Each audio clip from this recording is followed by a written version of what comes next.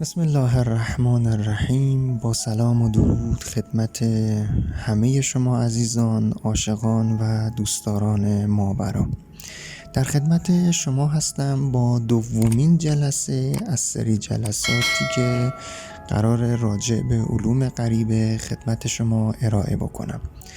در جلسه قبل گفتیم که آقا ما برای اینکه از ماورا آسیب نبینیم باید یه سری نکات رو رعایت کنیم. یه سری نکات عمومی هست و یه سری نکات خاص هست که اون نکات خاص مربوط به خود علوم غریبه میشه. اما نکات عمومی همه میتونن در واقع رعایت بکنن. نکات عمومی به 3 دسته تقسیم کردیم: ارتباط ما با انسان ها، ارتباط ما با موجودات ماورایی و یه سری نکات هم راجع به خودمون. خدمت شما عرض می شود که خب رابطه با انسان ها رو گفتیم، حالا میام سراغ رابطه ما با موجودات ماورایی. رابطه ما با موجودات ماورایی به 2 قسمت تقسیم میشه.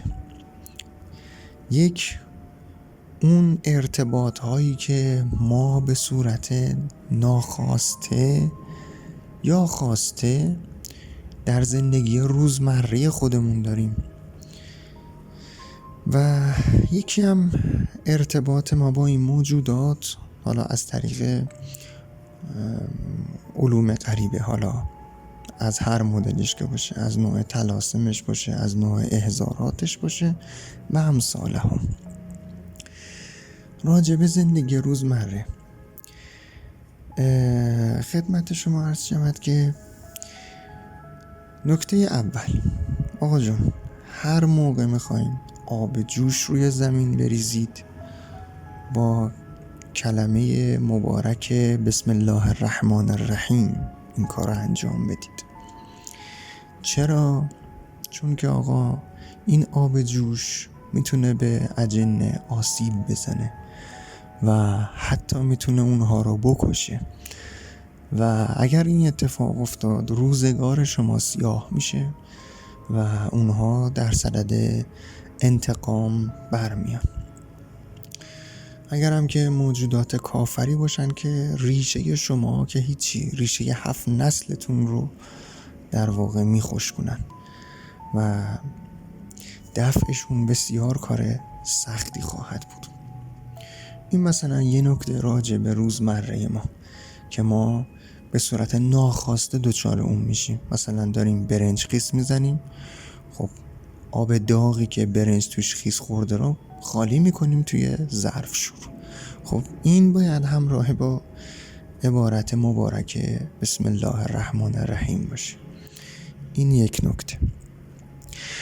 نکته بعدی عزیزان، وارد مکانهای مخروبه و متروکه نشید. شاید بگم بالای 90% این مکانها دارای یه سری اجنه موذی هستند و وقتی شما وارد این مکان میشید دچار مشکلات مختلفی ممکنه بشید. ممکنه دچار جن عاشق بشید، ممکنه دچار مس جن بشید، ممکنه این عمل شما اینجوری اونا قلمداد بکنن که شما وارد حریم خصوصی اونها شدید بدون اجازه و بابت این امر از شما انتقام میگیرن. میگن به چه حقی وارد مکان خصوصی ما شدی و زندگی شما رو چیکار میکنن؟ زندگی شما رو سیاه میکنن.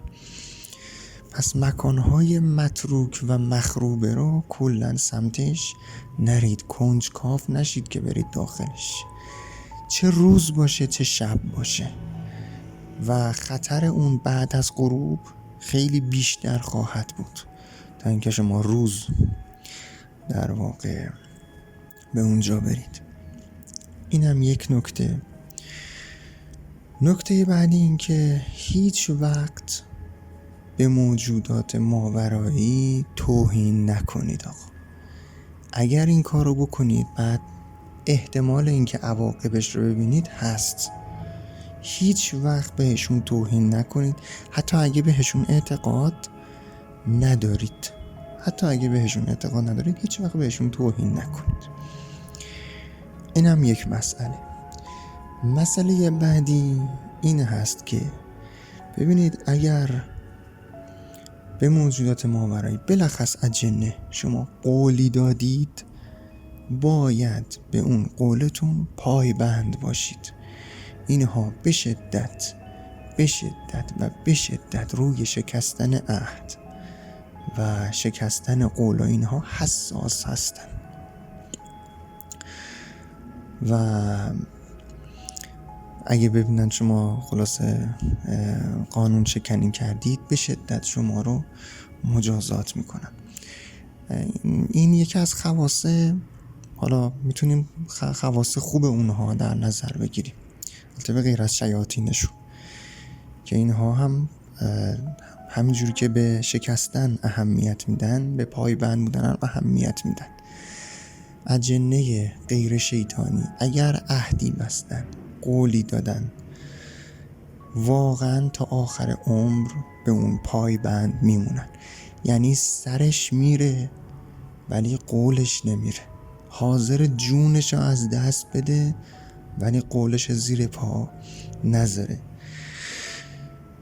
اینم یک نکته راجع به زندگی روزمره. انشالله ما بقیه اون رو در جلسات بعدی خدمت شما عزیزان عرض خواهم کرد. ما رو لایک کنید، برای ما کامنت بذارید، ما رو سابسکرایب کنید و از ما حمایت بکنید تا این کلیپ ها به دست همه برسه و همه بتونن از اون استفاده بکنن و زندگی خودشون رو ارتقا ببخشن و از آسیب های ماورایی انشالله در امان بمونن. و السلام علیکم و رحمت الله.